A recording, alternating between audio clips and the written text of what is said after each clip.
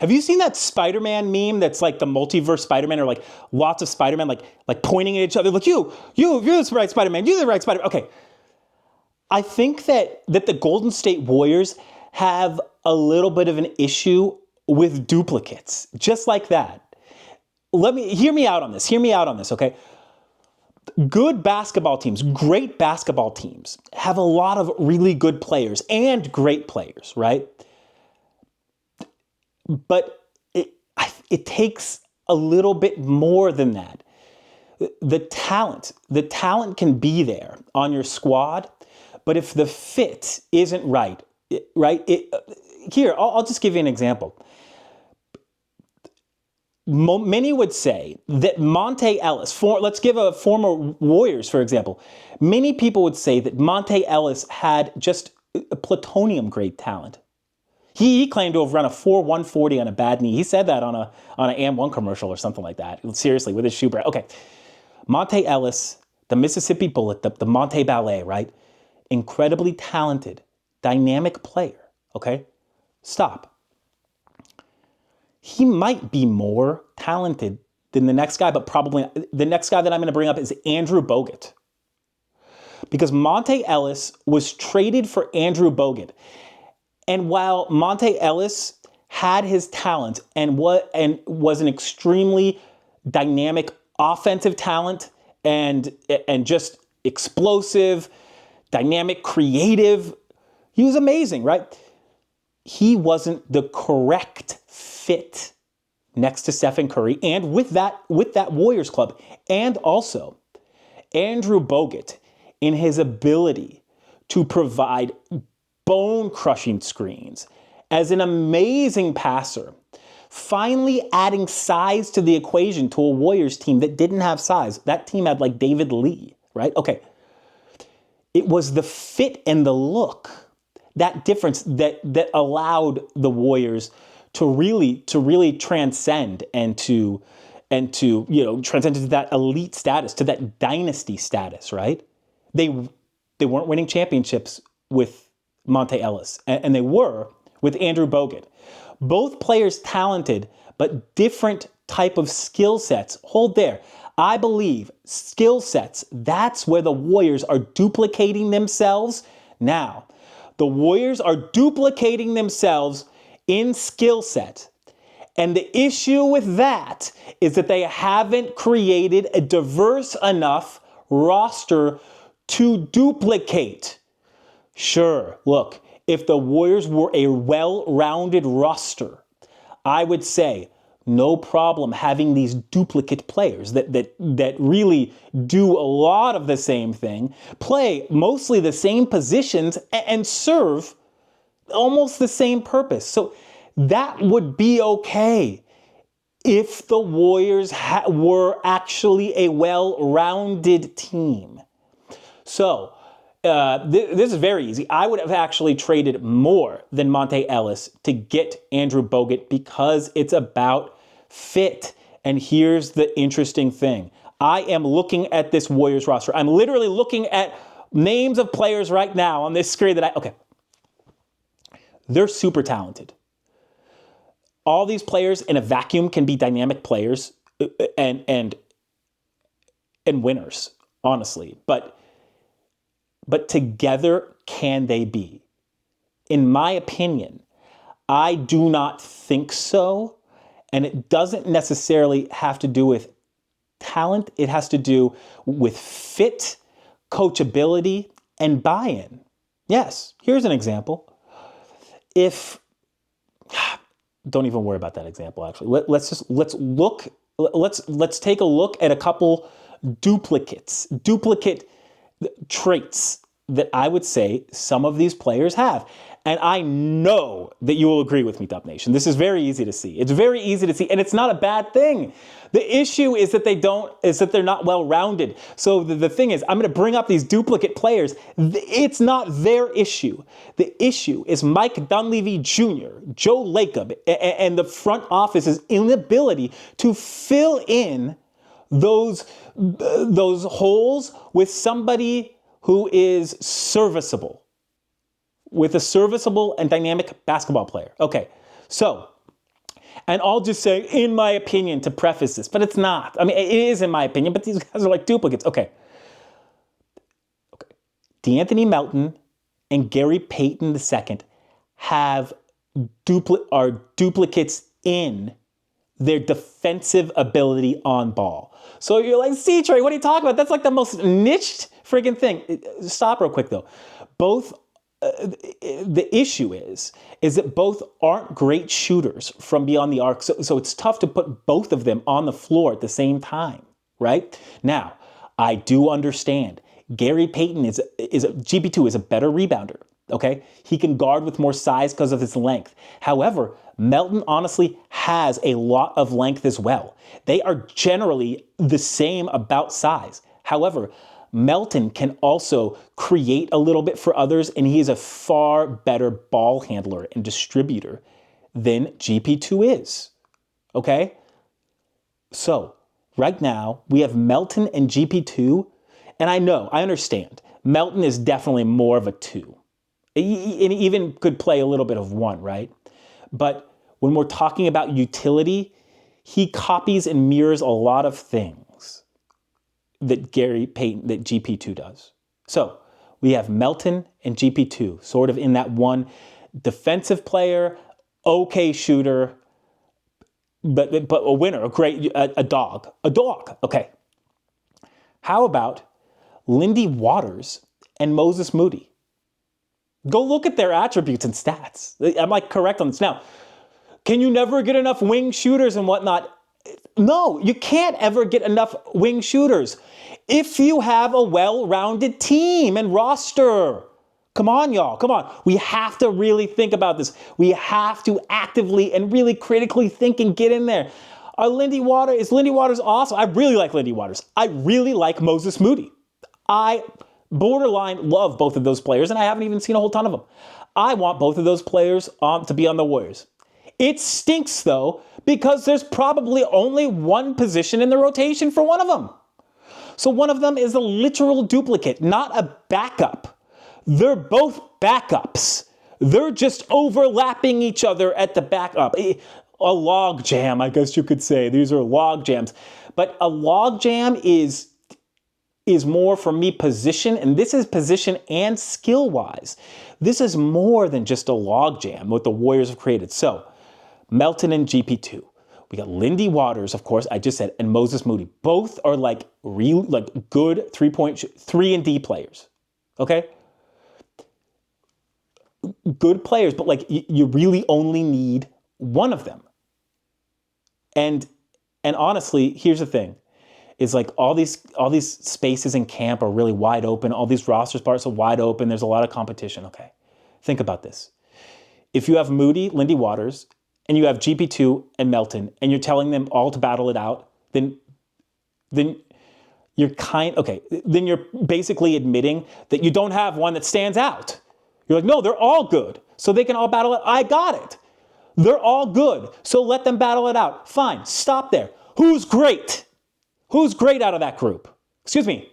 Oh, wait. None. So with our forward thinking, what you do with the duplicates, essentially.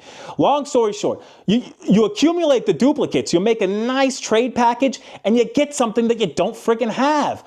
Steph Curry and Monte Ellis were both scoring guards that needed the ball in their hands. They were both good to great scoring guards that needed the ball in their hands. You know what I'm saying. The Warriors traded one of them because there was duplicate utility. Monte Ellis said there was only room. He said that he didn't think that they could fit in the backcourt. He later retracted the statements, but he said that. Why doesn't that? It's like, I'm saying that with these guys, and the same thing holds true. It's just whether we're in denial, collectively in denial or not. So here's the thing.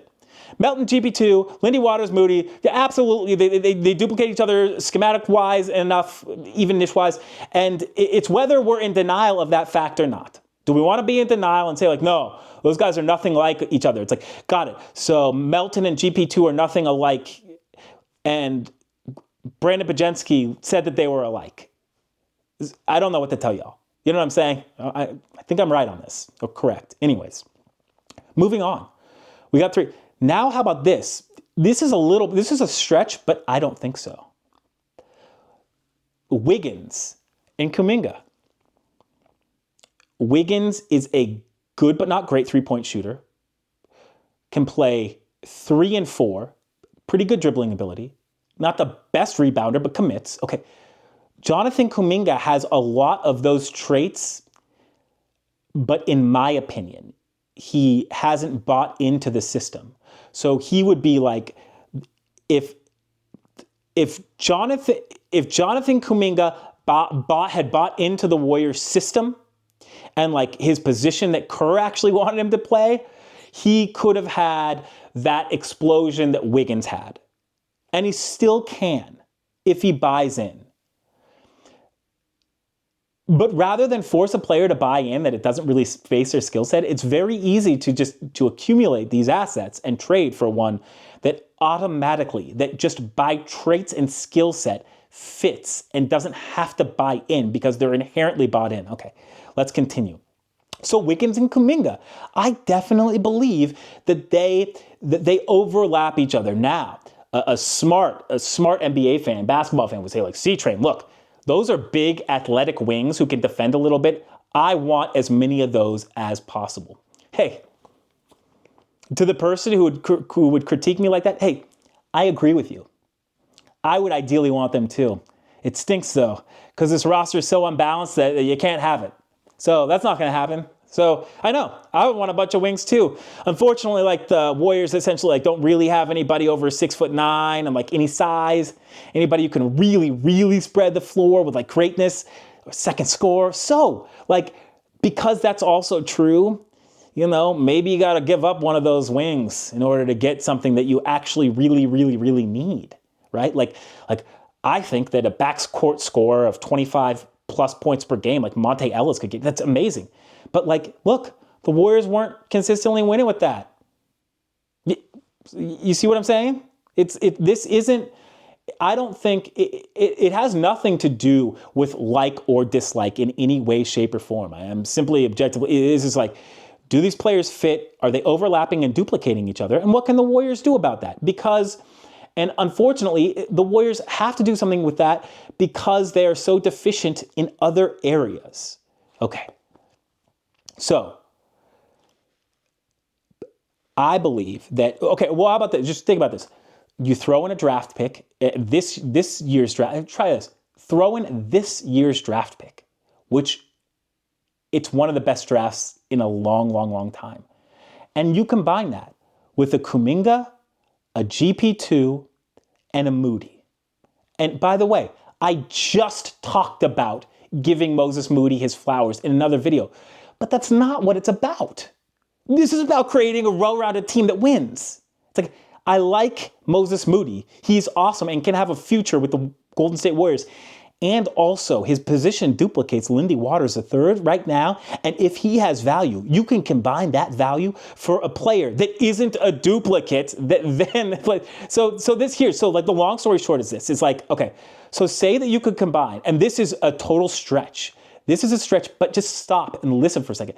Say that you combine well, here, we'll just do it. You can combine the likes, this is just an example, of a Kuminga, Gary Payton II, Moses Moody, and let's say a future first-round draft pick and something else, okay? Maybe a couple future seconds. Who's a name that you could get? I think that if he requested a trade out, that is like approaching. It's approaching. So if you did a Kuminga, GP2, Moses Moody, and 2 first-round draft picks, it's at least enticing to a team to get a Bam Adebayo, to get a player like Bam. Now, you'd say C-Train, that's not enough. It's probably not enough. Which is why the Warriors need to really evaluate, because listen to this, because if the Warriors could trade, if they can solidify their margins even further with like Guy Santos, and Guy Santos, for example, elevates himself to like a possible end rotation player, which he was at the end of the season last season, then you can look to move even more solid good players for the great player that Bam Adebayo is. It's like, so would you rather have Lindy Waters get a DMP and Moses Moody get a DMP, which is definitely going to happen, but they will get do not plays, okay? In a game, we'll have Moses Moody and Lindy Waters get did not play, and also Jonathan Kuminga will put up whatever he puts up. Would you swap those do not play guys, did not play, and Kuminga for Bam Adebayo? If you don't say yes right away, you're absolutely insane. And it's all about defensive ability. Even from a defensive and size standpoint, Bam Adebayo is almost one of one, right? He's so versatile up front. He's so dynamic up there. A double-digit rebounder, awesome, one of the better passers, all defensive team. So the Warriors, if they look towards the horizon, they can get those types of deals. Types of deals like that will be out there. Now, I didn't give you a specific deal because I'm not talking about that. I'm talking about how the Warriors can consolidate duplicate players to get a player that might fit the team. So I'm not going to give you, I gave you a hypothetical with Bam, but whatever, critique that if you want. That's not the real one. Here are names to look at. Names to look at, okay, to keep an eye on, that I believe could really help the Golden State Warriors and help their team become a well-rounded team and could possibly be available. Man, I'm doing a good amount of work here, and I love it, and it's fun, and I hope that you all are appreciating this, because the work that I'm doing in the fits, if you see, you can see throughout my videos in the history that I'm pretty dead on with a lot of this stuff. So let's move on. Players to watch. Alperen Sengun. Yes, the Houston Rockets center. You're like, oh no, C-Train, what about his defensive ability and stuff? He's an underrated defender. Number one, he gets like a steal and a half per game, and he's good with verticality, hands up. But Alperen Sengun, freaking, he solves so much. He's almost become your second scorer. Now, he's almost, but we won't depend on him for that. Alperen Sengun, rebounds, never have to worry about that. He is one of the better passers in the league as a big man. He sets ridiculous screens, and when he, like his ability to just to box out inside, to get space, is amazing. He gets space inside. Okay, so Sengun is serious. He'll get Golden State Warriors fans could be, what are you talking? Alperen Sengun. Yeah, when you see him getting 15 points just off of easy buckets around the rim, you'll understand like the purpose of a guy who's almost 7 feet. He's listed at 6'11" now because he grew a little bit. But yes, Alperen Sengun. How about this? He would be the leading rebounder on the Warriors, and also he would be like the second leading assist man on the Warriors. And also, I think he'd be the second leading steal guy. So, like, with your critiques of a move like that, I'm saying, like, it's the look. It's the look of a big player who can roll. I mean, he would be devastating in a pick and roll with Pajensky and with Curry. Okay, Herb Jones. Why am I saying Herb Jones? Because of this. Because if you could move a Moses Moody and GP2 for Herb Jones, what you've done is you've traded 2 good defenders for a great defender. So all I'm saying, so Herb Jones, I think that he wants to get paid. I don't know if, I'm not 100% sure. He was on the block earlier. So definitely somebody to look at. Definitely. Because like I said, it's like, no, I'm not saying that the Warriors should just get rid of all their 3 and D players. But look, if you're going to have a 3 and D player, I would rather have Herb Jones than Gary Payton II at 15 minutes and Moses Moody at DNP. I'd rather have an all-defensive player because Herb Jones made the all-defensive team, second team, I believe, last season. He is an all-defensive player. He's actually, he can actually throw down a little bit against Anthony Davis. I saw him guard Anthony Davis. He's a good defender, man. Herb Jones can almost go 1 through 5. He's good. Like, well, I think he's solid 1 through 4 even with size deficiencies, but let's move on.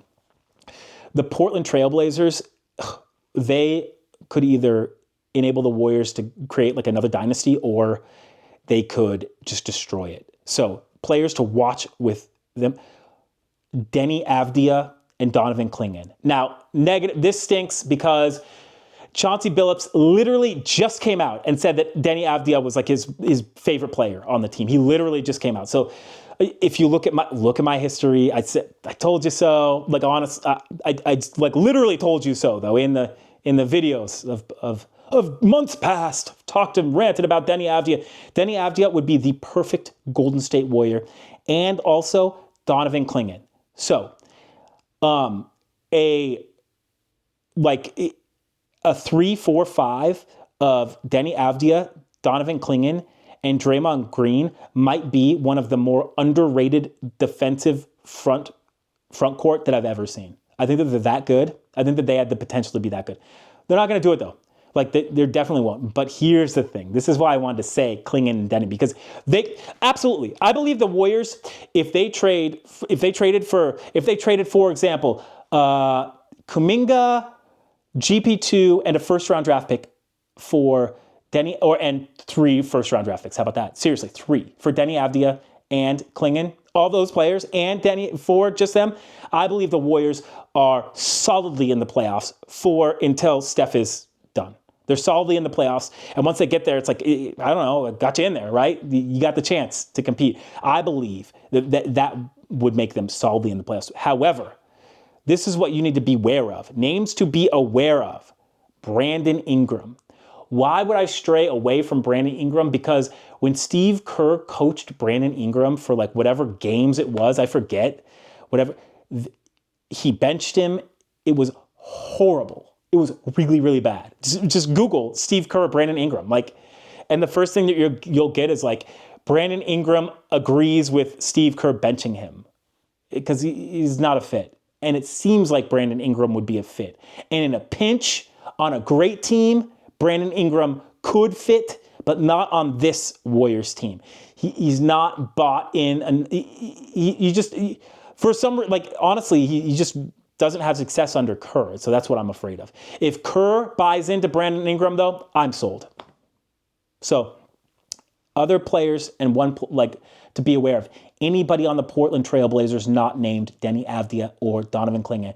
I am petrified that Mike Dunleavy Jr. seriously is like a covert agent for the Trailblazers and actually doesn't like the Warriors and is going to trade away or is going to trade for either Ayrton, Williams, or either Time Lord or DeAndre Ayton or Jeremy Grant.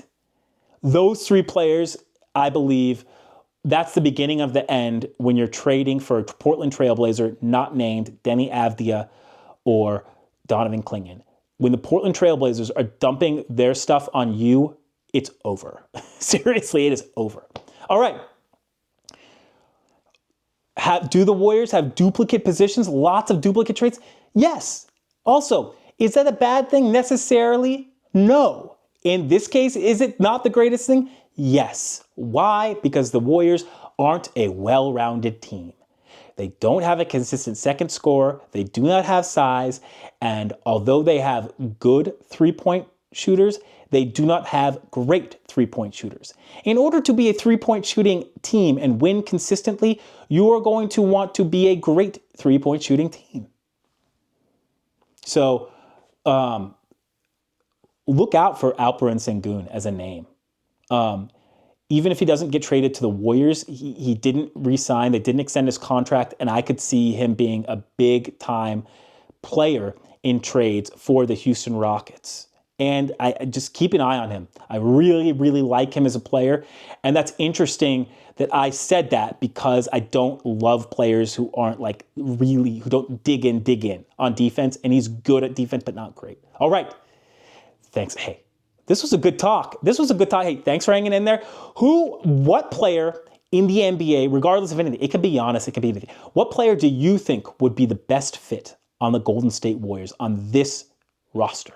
Hey, give me a trade idea. Maybe you'll show up. I'll give you credit. You give me a trade idea. I dig it. I will copy it. And no, I'm just kidding. I will definitely give you credit if anything ends up on the YouTube though. So, hey, I'm C-Train. This is A Station. Till the next time, have a good one. Take care.